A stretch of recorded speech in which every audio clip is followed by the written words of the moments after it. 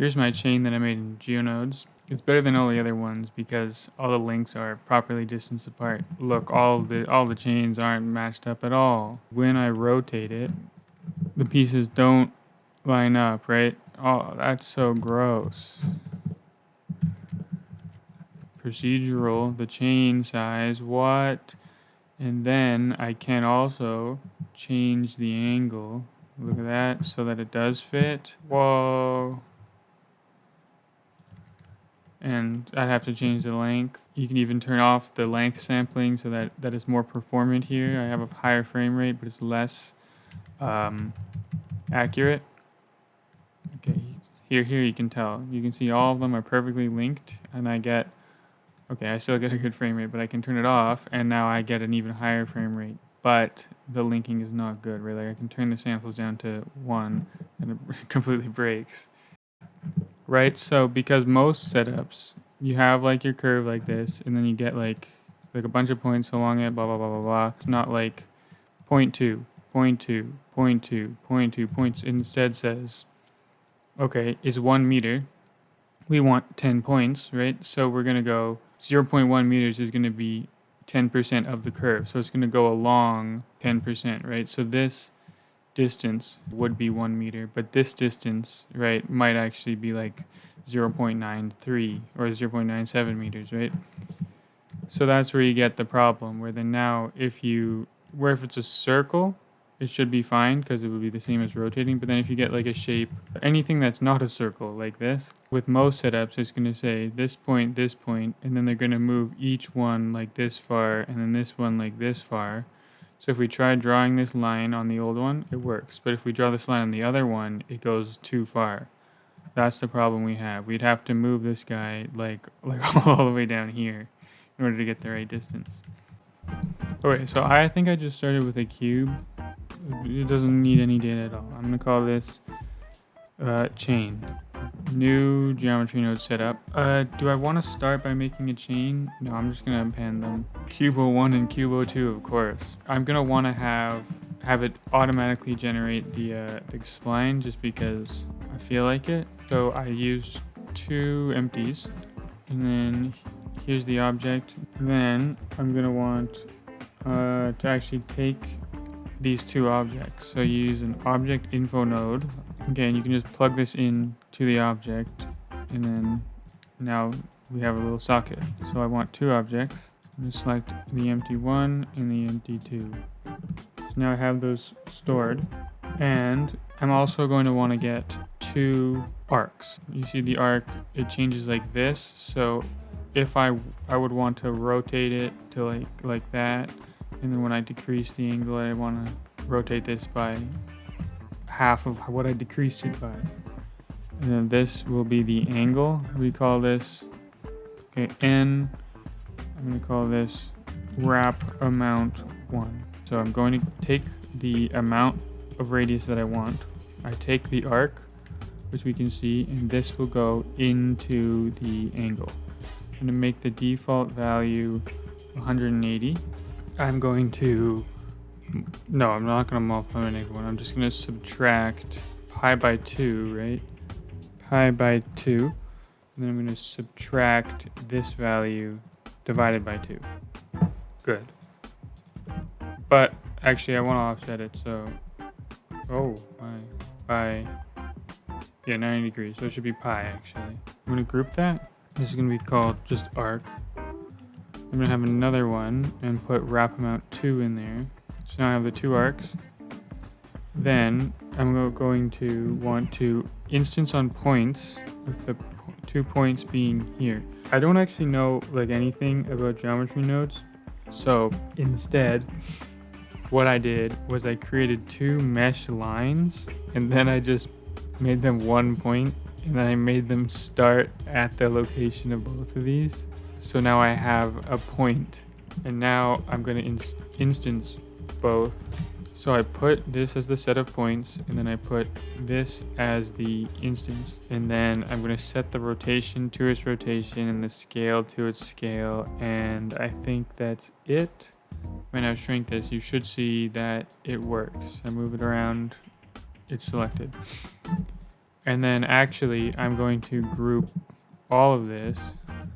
This is called arc shape, and then this is called arc.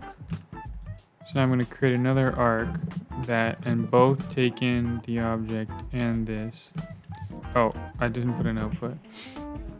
Okay, so this one should be there, and this one should be 180, and this one should be here. Yeah, very good. And I'm just gonna rotate this guy around 180 degrees. No, okay. So now to connect them, you need to realize them for some reason. I don't really know what that means, but it gave me an error that I had to do that when I didn't do that.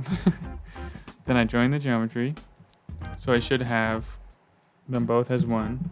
Then here's an important part, okay? I'm gonna want to duplicate the first point, which is one of these four, probably this one. So I'm gonna take an index value, right? I want the index of 0, so is the compare node, and set it to integer, and I want one that's less than 1 or equal to 0. Let's say equal to 0.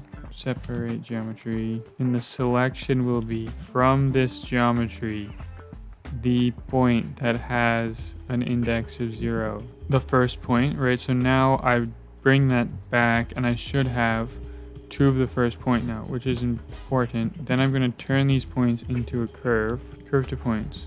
Okay, and then I'm going to do points to curves plural. And you see it's joined. And if I didn't do this, it didn't work, right? So now it is a loop, but it's not closed. I couldn't figure out how to do that, and it's not important.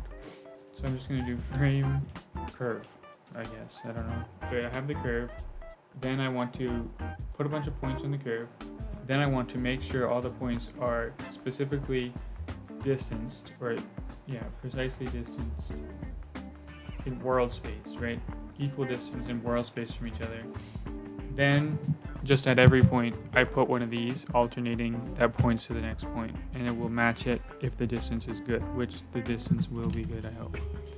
Here's actually a really good example across, but that is not exactly what we want. So, right, let's say this is 1 meter, right? And then the next link might be 1 meter away. Let's say this was exactly 1 meter. And then this is let's say this was a perfect circle. Blender would say, okay, this is actually half of 2 pi r is the equation. So this is actually pi r. So this is actually so this is 0.5. So this is actually half of pi long, which is like 1.5, right? So then Blender only gets like this far, right? So it says here's actually 1 meter away, 1 meter of curve away, even if this is less than that. So you would draw your link and you get your perfect link, but then Blender would say, okay, put the next link, point it here, and then that link would end here. The next link would start here and go a little bit too far again. So instead, what I'm going to do is divide it into like a million points, right? And then instead of stopping here, it would be like, okay, this is not 0.2 meters, right? It checks all of these lengths until it gets 0.1 meters. But obviously, it's not realistic to divide this into like a trillion points. So instead, what it does is it gets, like, you see there are actually points here. So it gets these points. It's going to count like just all of it. Mine, I think I'll point halfway through. So it'll stop like here. And then of these points, it'll find the one that's closest to 1 meter, which is like this guy. But let's say this point didn't exist, or it's looking for further, right? So this guy would be closest to 0.1 meter. Then it takes this point and this point, and then divides that, and then boom, boom, boom, boom, boom, and then it says, okay, this guy now is closest to 0.11 meters, and then it takes this guy and this guy, boom, boom, boom, boom, boom, same thing. So it's going to take a loop node. Okay, so I'm going to start by bringing the curve into a reroute, just all the way over here. So I'm going to start with a loop area, a repeat zone, not even close. Okay, just 2 inputs I'll start with, 2 floats. The first float is the start Okay, so that is 0, but then I will then loop this bigger. Then we'll return that and loop, and then do again. But this is now the start, and then I want my index end, which will be 0.5, and I also want iterations, which I'll set to like 3 for now. So the curve will just go in here, not through the loop. So we bring this all the way down here. So the first one is the place estimation points. So we have curve to points, and the count, so I have on my group input, and this is going to be called resolution. So I'm going to get a switch to integer. Okay, so we have count. Let me just add a panel and put the count and true. Go in resolution viewport, resolution render, and then we're gonna have a test render, which goes in here. Okay, so then I'm gonna set this to 10, this to 100, right? So we should see if okay, and then this goes in there. So we should now see if I click this, we get more. These are not, okay, these are distance equally. Okay, so these are just the points for estimation, but this will be elaborated on later. And this is called something else. We will do a get distance from sample point, okay, where I feed, okay, which we're gonna get from a like compare points section. Okay, so from an input point, which is going to be get the sample curve, how this works is now if I set the factor, it has a point here. If I set it here to 0.5, it's now over here. Okay, so here, this is just going to be used for when it's rotated. So I get the index start, and that goes into the factor. So I'm going to get a sample index, and we're going to use the index and position of the points in this set. So we get index and we get position. And then we're going to get the sample index. We're going to be sampling a vector. We're sampling the position of a point and get the index. Okay, then we're sampling. Let's move this like over here. And this will go. And now we're going to get a vector math, and we just get, I think it has a distance. Yeah, and we just get the distance from all of these. So now this returns a set of distances from these points indexed at the same index of these points, right? So I'm going to get the group input again. We don't want to find the one with the minimum distance. We want to find the one with the distance closest to the distance we specify.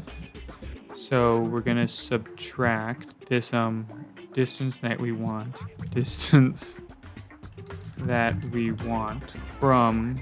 this distance. Okay, so now this will give us a set. Well, actually, we need the absolute value.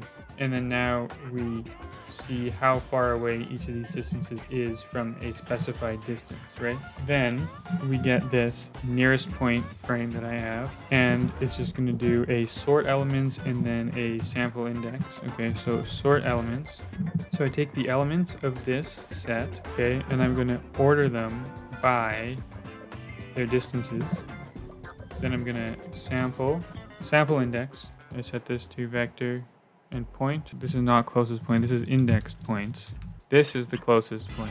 Right, I'm now going to feed those distances into a sample nearest using the sample position. Sample the nearest of these guys. You should have seen, actually my other one, I made everything right angles.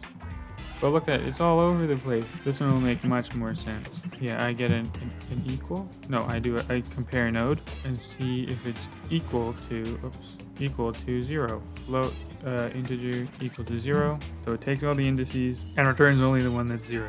You can't just put in 0 because there's something weird about fields. I have no idea. I don't know how it works. And then now separate geometry. Now, again, I get this geometry and feed it into here. I've taken all the distances, then I've reordered them, then using the smallest order, and then I've only kept the smallest orders. And that's what we're going to return out of the loop. If I go node, selection, closest point Oh, found. Okay.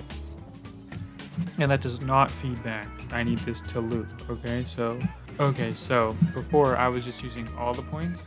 That doesn't work because I only wanted to search forwards, right? It might, because then you could have the first point, second point, and just go back and forth, back and forth, back and forth. I'm going to do a separate geometry based on the index, I think. Oh, I remember. I'm not separating the geometry. I'm instead taking all the points and I'm going to squish them. So the sample curve and the curve for sampling is the same curve, obviously. And then you do the set points. No, set position. So for all of these points that we got, I could have just had somehow a set of points. It doesn't need to come from this curve, but I don't know how to just create a set of points. Like I could have created a line, which might be faster. So I'm then getting the position of this, and it doesn't do anything right now. And then this goes out of there. And then this factor is gonna be its own whole node here. Shifty, and this is going to be called the point range, right? Right now this point's at 0 and this point is at 1, okay? But what I want is to squish them to like maybe here, right? I'm going to get the indices of each of these points, multiply them by their index, get the indices of these points, multiply them by like the range, which is 0 to 1, but maybe I'll multiply it by 0.5, so it goes to 0 to 0.5, and then add the start range, I think. So you take index, and then I'm going to divide it. Then I'm going to take the math, and I'm going to divide the index, divide it by the resolution. Yeah. Divide it by this guy, which I had in my other setup. I had this for some reason, like over here. I have this. It's weird how I kept getting confused by this when I was making this. I was like, index of what? I didn't put anything in here. Because how this works is it's like a field, like a call or something. So it's just saying at index, do this, do this, do this, do this, do this. And then eventually I will plug this into like a set, like this curve. And it's like, oh, okay. Then it goes backwards. It's really weird. It's very confusing. So anyway, I'm going to map range this value. And then the min and max are going to be these, which then change. So reroute. And this goes, I think, the 2 min. Right, and then this one goes to 2 max. But I should be able to just feed it now into factor, and then you should see that these points, look, it squishes them all. And then I can increase this arbitrary value to this. But then I'll change it all later, right? So then later in the next loop, this will be whatever this point is plus 0.5, or some arbitrary value I choose. But anyway, I want like an amount that I rotate this, right? So I'm just going to add that to the map range. And then I'm going to need to truncate to modulo it, which I'll organize later, but this is going to be called rotation amount. Rotation amount. Okay, so you can now see these points. Wait, I put it into the wrong socket. Okay, so you can now see when I change rotation amount, they all move along, but then they all go. And then truncated modulo just divides by some amount and then returns the remainder, right? So modulo of 1 will divide by 1 and return the remainder. So now I can increase this. Oh, I didn't set it to truncated modulo yet. Truncate the modulo. Right, so now you can see when I increase this, it works. But then this rotation amount is important that I'm going to have a rotation node somewhere else, okay? So this is rotation, and it's just important that I take the rotation amount from here because I'm going to do some math on this later. So this is all good at now returning the closest point. Let me just test. It didn't work. Oh, I forgot a node. Whoops. There. Right?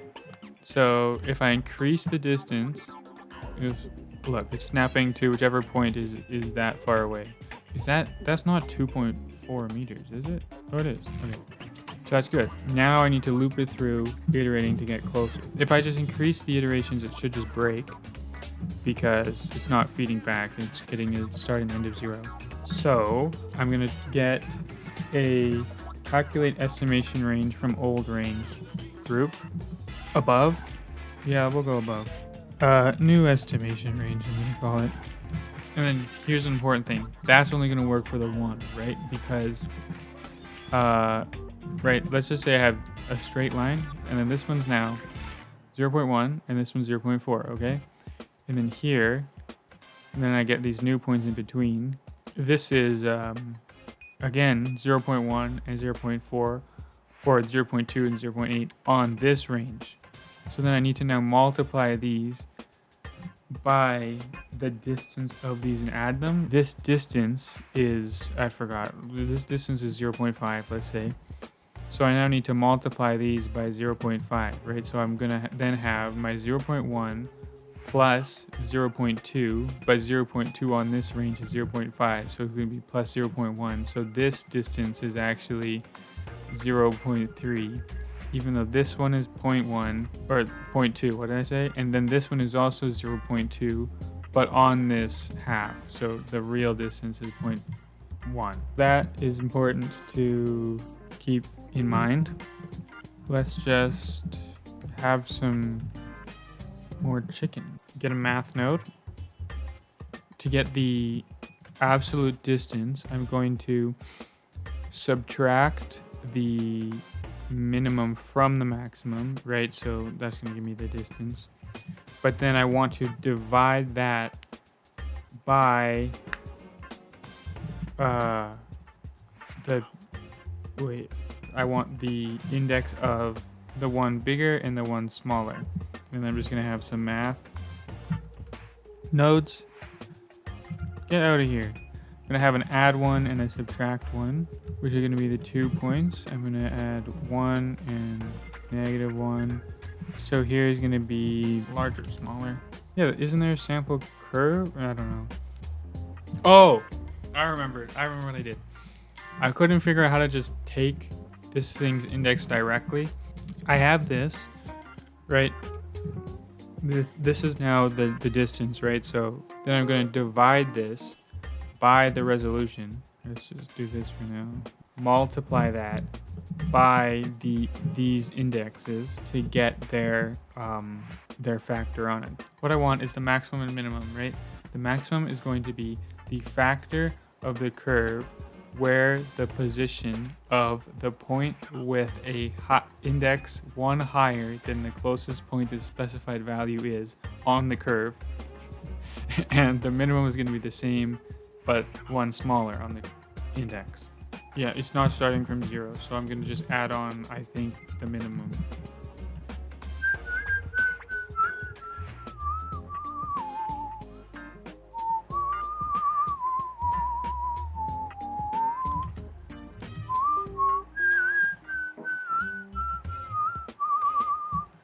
I'll organize everything else later. Okay, and then this should feed into the max and then the min. That should be everything, I think. Okay, so let me view this. And then if I increase the iterations, it should work. Yep. It's going all over the place though. So maybe I did something wrong. Oh, my bad. I put the bigger one into minimum and the smaller one into maximum.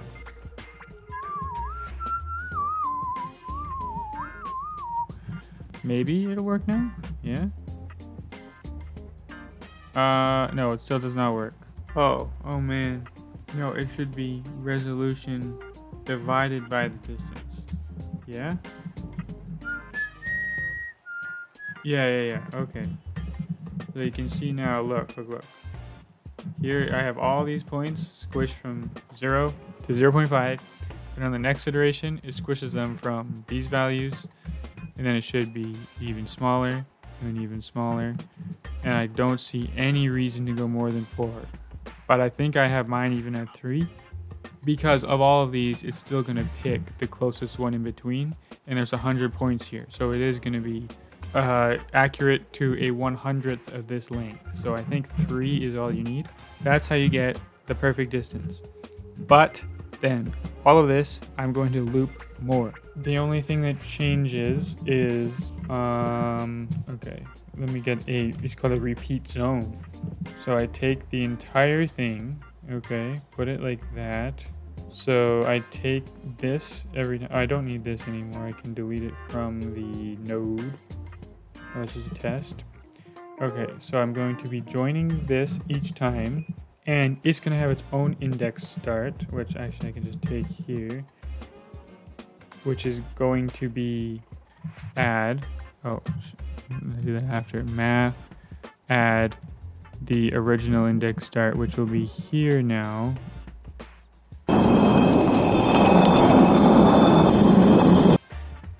And just to make this a lot cleaner, I'm gonna do a huge reroute. I will also increase the bounds of this, so I now this whole thing is repeating. That's nice. Let's move this up as well, like a lot higher. So rotation actually will go into this guy's index start, I think. Yeah, rotation amount goes into the start, and then this guy's start should just go into this index start. I think would be good. No. I want to go just directly into this factor. And likewise, it should also go directly into the other factor, I think.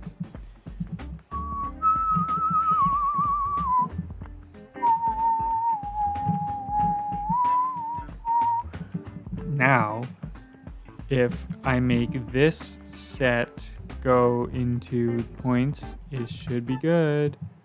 Oh, this is number of links. Ah? Yeah, and they should be distanced perfectly. Uh-oh. I want to truncated modulo this. Between 1? Good. And now we have them distanced perfectly. It's actually not distanced perfectly. I would want like 3 iterations. Oh, yeah. Make sure you have that, and then I can shrink the number of links. You should have to have 3 iterations, and then I can turn off test render, and then oh no, it's completely broken. That's fine. Might as well just disable it though. Really, test render, I would recommend having I think I have 100. Oh yeah, in my test render I have 102 in viewport, and then in viewport I have 102, and then test render render is 303. Okay, yeah. So for some reason these are not indexed now. I think I had to have a sort elements. I have no idea how that works, but they're now indexed somehow. It doesn't, and they're indexed properly. So now it is 1 to 145. It just kind of works. And I want to split that into 2 groups. Wait, actually, I don't need to do that. I think if you have an instance on points, you can do an alternate. Yeah. So I have my instance on points. I'm going to take the input, make them instances, and then join geometry. Make them a group. I have my object info. These are the objects. I don't know, mesh 1, mesh 2, 3. I should make it like a list or something. I don't know if you can do that. So you can have more meshes and then also be able to alternate the distances. Don't bother. I don't really care. So I have these geometries joined, but they are instances. Oh, no. I have to make these an instance. Okay, and then I will make a little size variable. Actually, never mind. Yeah, it can be a vector, whatever. I'm going to get a sample index, and then make it a vector, and then get position, what? Position goes into the value. Okay, then I get index into the value of both of these, but I'm going to do a math, and as usual math, and then I add 1, and then I truncated modulo to 1. Truncated modulo between the number of links there are, which I think I could just do 145, but I had domain size before, so I'm going to do that, whatever. Point cloud, point count, and then truncated between that. So it'll loop so that the last one can get the first one and not just go to nothing. Okay, so now I have the positions of every point and every point but indexed differently, basically. And then I just do a vector math. I'm going to subtract the 2, right, to get the direction. And then just align rotation to vector, I think. Align, or Yeah, align rotation to vector. And then I put the vector in here. And that's good. I set the rotation. Okay. The X. Not quite right. I think it's pointing, they're all pointing the wrong way. Yeah? Yeah. So if I get the other direction, look at that. Obviously I want an even number of links, and then I can move this guy until it works. GX. Nice. And I should be able to move the rotation amount and it works. Yeah, look at that. And now to get rotating to work, you just need to have a driver. But then I made it as simple as that, and then you can set everything else up in the actual geo nodes I'm going to do right now. Okay, so when you rotate it, right, it's going to move an amount of this circle around. So I take it so that moving 180 degrees is 1/2 of a circle, and then I take the proportion of that circle to the total. Right, where if I keep spinning, you see it's now offset. What I did in the other one was I just like approximated, like I rotated like 1,000 degrees or some multiple of 360, and then I just adjusted some multiply value afterwards. I have a correction factor